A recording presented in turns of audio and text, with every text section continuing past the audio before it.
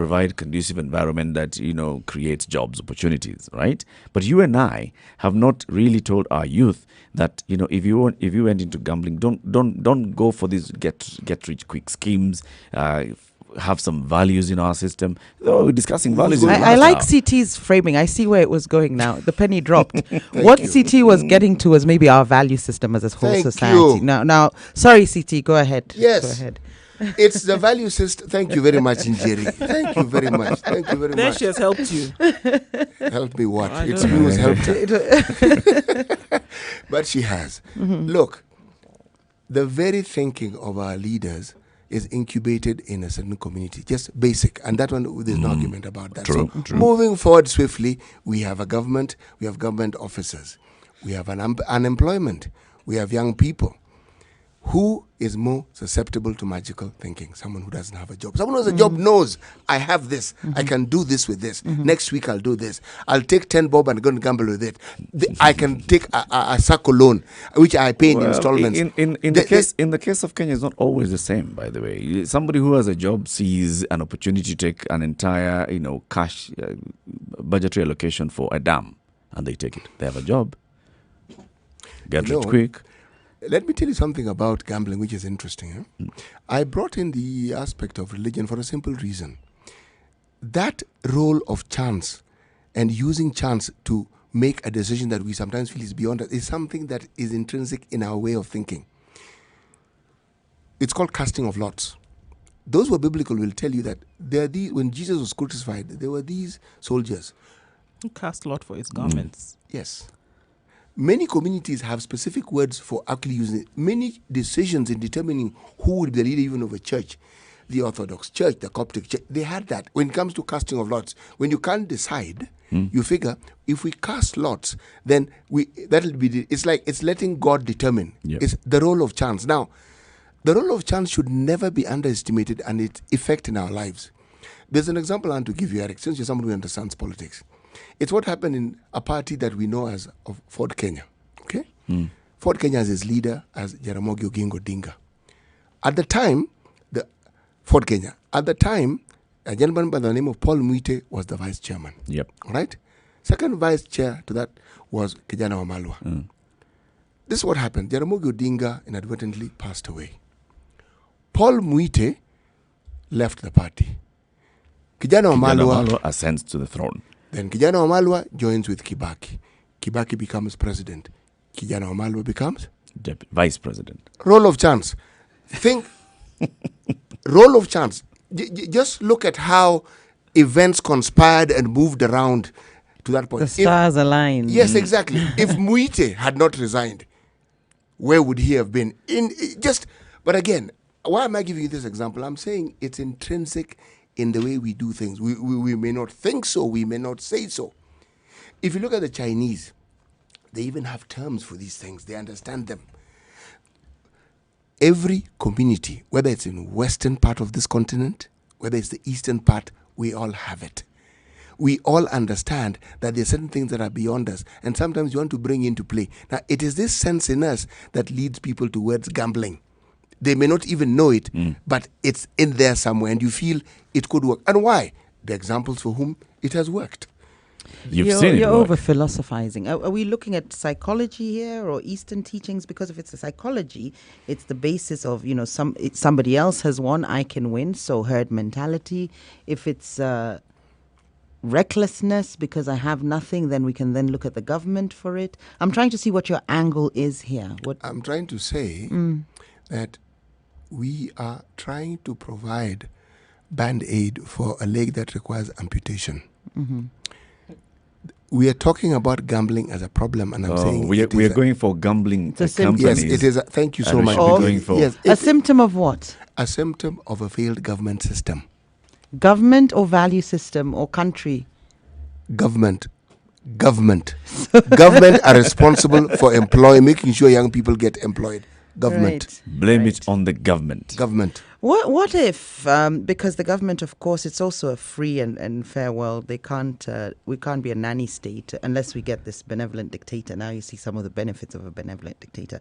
What if the government was to say that any revenue collected from gambling would go back into creating initiatives that would help people that otherwise wouldn't gamble. It's if it would already be in helped. place, actually. All right. How is it? It's that already- Where is the taxes- revenue? No, how is it It's that the already- taxes it's that already- we get from alcohol? How come they don't build rehabilitation centers? No, for no, But no. alcohol? For- in alcohol is terms more of- highly taxed. in It's a terms sin of tax, gambling- alcohol and tobacco. In terms of gambling, one of the what the Treasury actually said when it was increasing the tax was, we are going to create a fund, and this is going to support sports. Now, some of the questions that have lingered when Harambee Stars was not getting funds to go, and all these our teams are having issues with traveling to participate in continental tournaments, is, so you just take money from the you've got a kitty. Betting companies have been paying tax into this kitty, so there's already that. We've already tried to come up with with a Well, government has tried to sugarcoat their increases in tax. a framework that allows money generated from betting companies to actually go back into the community, but the government has not You done see, very a lot well. of with this. our understanding of this industry is from a moral perspective. Yes, it's not even considered a business. People approach it as a vice. It's not even looked at as a sport or as entertainment. No, it's a vice. You want us to sanitize it further? No, look at it for what it is. It is a business. It's a business. That takes advantage and exploits a lot of human weaknesses. And surely at this day and age, we should understand that and not let that thrive. When all these food outlets advertise their food, are they taking advantage of your hunger or your need to eat? KFC. Yes. No, and they are being regulated now. This is the Situation Room, Kenya's biggest conversation. CT Muga is saying betting and the problems that we see with betting and what people are saying about betting. Well, it's a manifestation of a failure by government. Should be banned. Failure by government. 0719-012-600. That's 0719-012-600. We'd love to know what you think. Do you agree with CT or not? What do you think is the issue about betting in the country? Is it okay? Is it not okay? Does it actually show that the government has failed to do anything that it was supposed to have done? And what is that the government should have done that it hasn't done? 0719-012-600. 28 minutes to 10 o'clock. This is the Situation Room. Jerry Thorne, Ndu Oko, CT Muga, and I'm Eric Latif. Spice FM Classifieds. Moi Educational Center, Nairobi, seeks to draw the attention of the public and all residents of South Sea Mahi Mahi Road on the proposed construction of the ultra-modern secondary school. In compliance with NEMA guidelines, the school invites all members of the public to register any reservations or comments they have in connection to the proposed construction. Spice FM Classifieds.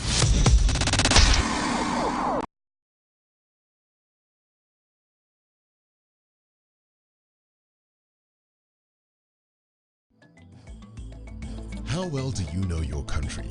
Given a chance, where would you go? Not so many places, huh? Would you even know how to get there? Yes? No? Maybe? I don't know. Well, oh ye gallivanters and tourists alike, here is your chance to not only know, but also visit amazing destinations in Kenya with complete recommendations, guides, and tips on accommodation spots, wellness stops, and food joints all over Kenya. How you ask? Courtesy of the biggest locally targeted tours and travel magazine, Travelog. Travelog is your monthly pull-out magazine in the Standard newspaper every first Thursday of the month. With Travelog, enjoy the beauty of life that Kenya has to offer. Visit exotic and hidden destinations, be part of amazing conservation campaigns and projects as you simply enjoy Kenya. It's our way of putting Kenya on the map. Grab your copy and be aboard the fun wagon as you improve the quality of your local travel experiences. Travelog, Jione Kenya.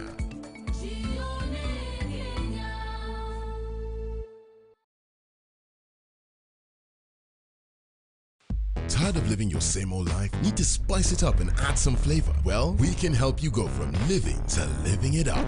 East Africa, are you ready to be a part of the most vibrant entertainment scene with the best, freshest music, travel tips and destinations, fashion, tech and health trends, as well as your favorite celebrities' lifestyles? Introducing your favorite entertainment magazine, Pulsar, the ultimate all-in-one guide that will give you more meaning to life. Catch up with your celebrity writers and contributors to stay up to date with what's happening around you, where and how you can be a part of all that. The lifestyle guide that has been missing in your life. Pulsar. Live it up. 98.7 Spice FM, Mombasa. Traffic. All right, getting towards the Nyayo Stadium roundabout, things are extremely easy at this point. Traffic has opened up and you can get through very, very quickly. All right, Jogo Road, there was traffic at some point, but that is easing out as you get through that roundabout and go towards the city center. We still have issues on Langata Road, but now the situation in Westlands around Wayaki Way is definitely better than it was. Yes, it is still Friday, but the minutes are ticking by and traffic is not as bad as it was. You see something that we need to know about, to give us a call or send us a message. Keep you moving this Friday. Mature, intelligent talk every morning. Spice up yourself.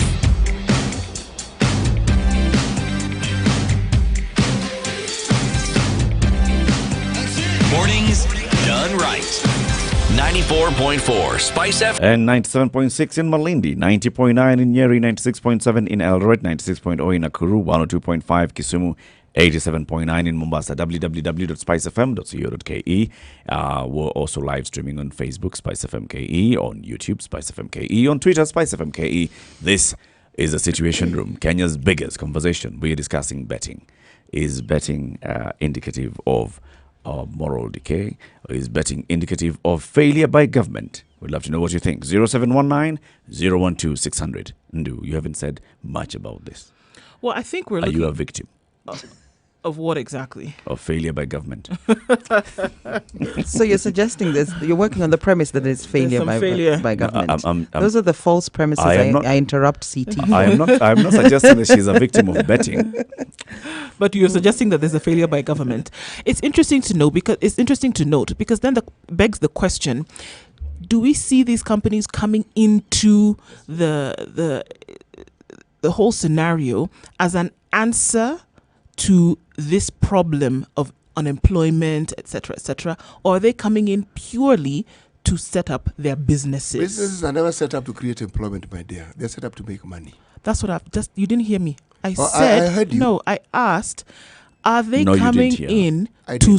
are they coming in to solve the problem, or are they coming in, or have they seen the loophole? They know for a fact that people are going to latch on to this particular business because of the issues that they see, or are they coming in purely, look, just go in and start the business because we know that it's going to make us money, it's going to be profitable? Or they say, here, we see a gap because of the fact that there's opportunity because we have so many unemployed, and we know that people are desperate to multiply the little that they have, get rich quick schemes, and so they come in primarily to do that. Yeah. You know, you seem to be suggesting that the people who bet are unemployed. No. A number of them are. No. Look, we're not saying Yes, all of them. They would have a model that works. So there's a feasibility study. They're not going to have a casino at the Hamptons and try and target the youth there because the youth don't have those problems. So maybe you're right. It is symptomatic of... yeah, so that's where it's exploitative, I think. Let's hear what Yego thinks. Yego, good morning. Good morning. Good morning. Welcome to the Situation Room. Yes, I'm happy to... Where are you today, Matu? Where? No, you're a traveler. I'm still in Matu. All right. Okay. Yeah. So I want to say this. Mm-hmm. The issue of gambling, I think the government failed. The first one, they failed by not creating jobs for our youth. Mm-hmm. And also, secondly, they failed by allowing the millenniums to think that wealth can be acquired easily. You see? Mm-hmm. Because we have seen a situation whereby a child, or maybe let me call it a millennium, these guys are not betting because of fun, because they know nothing about football. They have just joined football the other day. So they are betting because for money, and they think that wealth can be acquired easily. Instantly as well. And by giving a lot of workload to the parent. Because, for example, I had siblings in the university. You send someone some money, he or she uses all of them in betting, lose it, and then tomorrow He will give you a lame excuse. As to where it went, what he did with it. Yeah, as to where it went. A lame excuse. But if by chance he or she gets the pet, they heard nothing about investing the money. No, it is just drinking them, fashion, phones, which are their liabilities. If they were even investing, would be a better thing.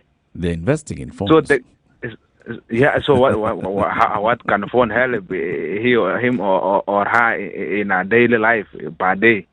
How much does somebody earn by having a phone? Right. Go ahead. It is too low.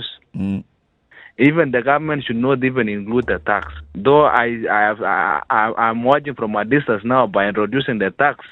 When I'm sitting in the house, I can hear my brother complaining now that I'm blessing this by this amount, but the government is taking a lot. But the government should completely ban it. Should ban it? Completely. On what basis? Because this thing... On what legal basis? Just, Sorry, I should have asked. Like, what would they say? It's just immoral? So is the government the moral police? Are they the ones who are to decide? Should they then ban prostitution? Should they ban... It's banned. Well, it's banned, but should they then police... You know, the government has the moral authority to shape the destiny of our country. They do. They have. So when they want to bring a culture in a country whereby we are training our youths to learn the good ways of getting money, it is better than now you are introducing things like lottos whereby a youth wakes up at 6, visits the lotto playing room up to 6, then he or she comes back nothing. This person has to pay bills, he has to grow himself. What will that person do if he doesn't win from these gambling games? He or she will definitely join the crime. Yego, how about instead of banning, because there are people who actually are seeking opportunities from this, there are people who are employed by these companies, also there are people who go for this for entertainment, and there are those who enjoy it. How about just coming up with regulations, for example, that ensure that the companies that are investing in this business also have a responsibility to educate the people, or have a responsibility to ensure that, if you bet once, maybe they can even put a cap. You can only, this particular telephone number, you can only bet with it once a day, or you can bet to a maximum of this much. Even before that, there's a regulation. For example, in this sport pesa, what betting, the regulation is you must be of 18. And of 18 person in government, it is believed that this person has a high standard to charge him or herself. He can decide for herself or himself. So what is he or she is doing knows. You see, the government, the betting side want funds. They cannot regulate. Even if they regulate, let's say you bet 3 times a day. Now you have used 3,000 and you have lost all the bets. What's the gain? If you look at like what they did with the cigarettes, smoking, right, and smoking. Yeah. So the regulations that were put in place, they did not ban smoking. They did not ban manufacture of cigarette or sale of cigarettes, but they said in terms of advertising and communication, you shall have regulations on that. In terms of how you package, the packet must have clearly labeled images and illustrations. warnings and they had to be saying illustrations. ABCD. Also, that you cannot sell cigarettes in 1, 2, 3 sticks. You've got to sell them in packets. Those are some of the things that we're trying to show that we are trying to make sure that the person who buys this has bought the entire packet. Therefore, they've seen the illustration, they've seen the warning, and we have made sure that we are not using advertising to bring in new consumers through using subliminal messaging on such a kind of things, or even saying that you're using cigarette companies to sponsor things that are sports and such kind of things that are where the youth would participate. Do you think the issue of even regulating doing that all in the cigarette, do you think it has helped the user? Yes. When I say it helped the user, yes, the youth are smoking less than. Let me say this. In early 90s, I used to see my grandfather smoking a cigarette known as SM. And the same advertisement that Sigara unaduru afya yako is still labeled up to date. There is nothing changed in the brand. So the issue, if somebody wants to stop smoking, I think that is a thing to do with persona. It has been The only thing amplified. which- Actually, now the messaging is not just that sigara inadhuru afya yako. Causes death. It says it causes death via cancer. It causes this. It brings in impotence and all this. It's actually an amplified message. I think what it elevates because that they made that you cannot smoke in public because the government had to think about the passive smoker. Yes. So the government helped the passive smoker, but not the real smoker. But it also stopped people from starting to smoke. So there's a generation coming up that are not heavy smokers like the older generation, let's say. Yes, I agree with that. But for betting, I think it should be banned completely. Do you think alcohol should be banned then on the same basis? It ruins No, lives. alcohol should be. I think they have to improve an age limit to 27. Oh, So that Why why 27? specifically 27? The magic age. Why Yes, 27 because, really? but the reason because I'm saying why 27. I believe at the age of 27, most than 90%, this is an adult base of life whereby a person has responsibilities. I see. So he or she getting an extra cash to go and drink is very rare because he or she has responsibilities to do. But at the age of 18, these are recently graduated, recently just finished our levels or even at the university. No responsibility at all. You employ a person at 25, give him a basic salary of 50,000. What he or she will do for? Enjoy life. Yeah. Right. Thank you very much, Iago, and enjoy Matu this morning. Well, the number is 0719-012-600. That's 0719-012-600. We're discussing betting and, the issues, betting and gambling, actually. Let's say gambling, right? And why it has become such a big issue in Kenya, and especially not just with the government, but with the society as well. What is it that people are making noise about? Why the hue and cry over gambling? Is it indicative of our own values? Is it indicative of the government's failure to provide alternative opportunities for people who are now going into gambling and betting for, get rich quick? Are we looking at a situation whereby okay, fine, let's step into utopia for a minute and said that if there were opportunities that had actually been provided, if the environment was conducive for the provision of, work or conducive environment for whomever it was to engage in business opportunities, and we saw that betting companies still entered into the market, do you think that we would have such a large uptake? And would there be as much hue and cry over this particular issue that we are seeing today? The information age is what actually has changed. We've had gambling in this country even before independence. It's not something that started. It's not new. No, it isn't. But the information age has made it possible because it's at your fingertips. It's on your phone. Technology has And the way, the manner in which whoever is advertising, whoever is in that business is able to reach you again, that same phone has a radio component. Visibility, just the process of marketing has a whole new platform that makes it that much easier to reach almost everyone that you can. Now, when you couple that with the situation that I was describing earlier on, where you have a very large population of your country who don't have meaningful or gainful employment, and against a background of a situation where every other day you are treated to examples of civil servants involved in misappropriation of sums that you can't even conjure up in your mind. And it's daily. Every single day is either pipeline or this or the other or railways or this. What you're saying is that the biggest industry in this country, as I called it before, is theft. If you want to get rich, yes, if you want to get rich, the two incidences we talked about earlier in the morning is a manifestation of this. Now, if you're not inclined towards stealing, what do? You have an option. It's called betting. So you bet. And people bet because they have at some point won or they know people who have won. It's not that they keep losing money. They don't. So, if you're saying it should be banned, Diego has a point. That's his view. Then, should we not advertise alcohol? Which is more harmful? Cigarettes or alcohol? Which is more harmful? Gambling or alcohol? Which is more harmful? Anything in any extreme is harmful. That's just a fact. It's the extreme. Yes. Anything to any extreme. But how then do you inculcate discipline so that someone knows when to stop? I think, of course, it should stay. I don't think it should be banned as a liberal, for starters.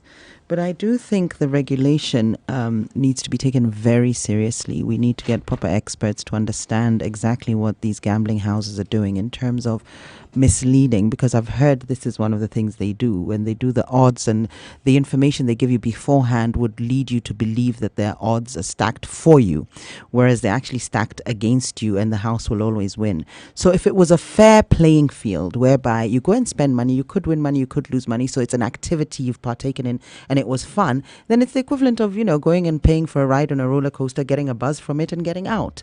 But when you're actually positioning yourself and misleading people, which is misrepresentation, people are relying on your statement to their detriment and losing money. To me, that's where the bone of contention lies, in how they're regulated with their communications for for the gambling, for the different bets. I don't know the terminology in this particular industry, but I've heard a lot of people complain that it's very misleading.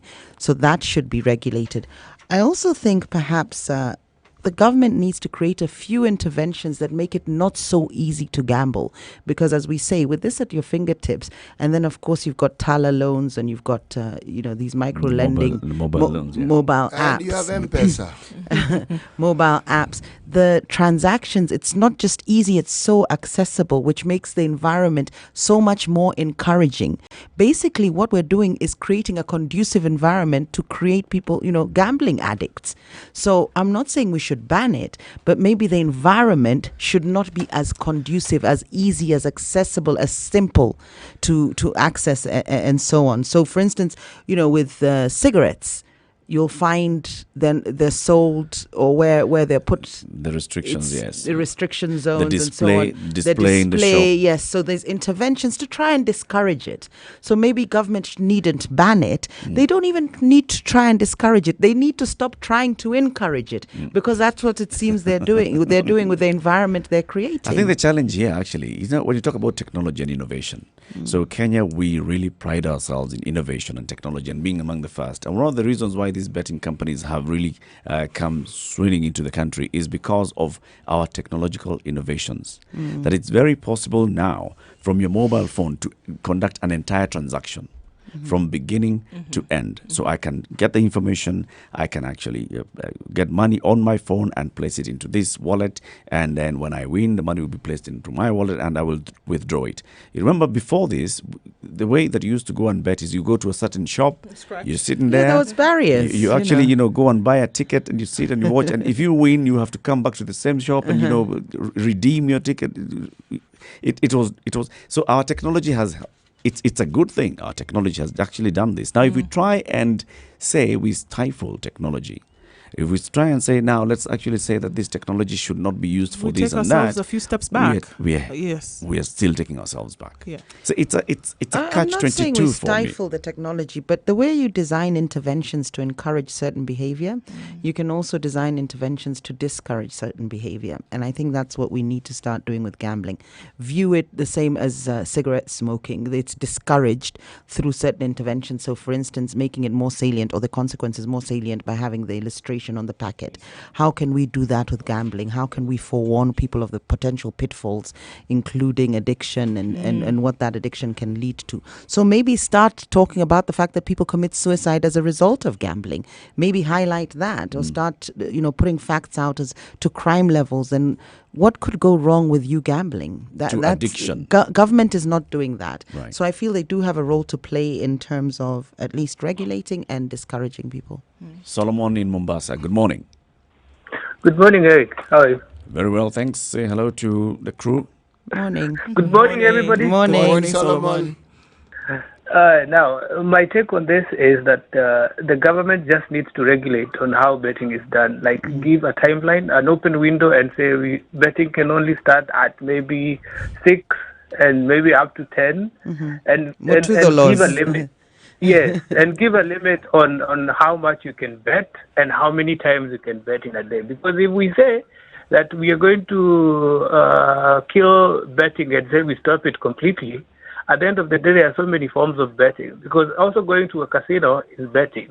Of course. So we have fake pastors who play with people's money. That is just betting. another form of betting, because you're going to invest in something that you're not sure of the results. Even people who invest in the stock market, you just buy hoping that you're going to make a profit.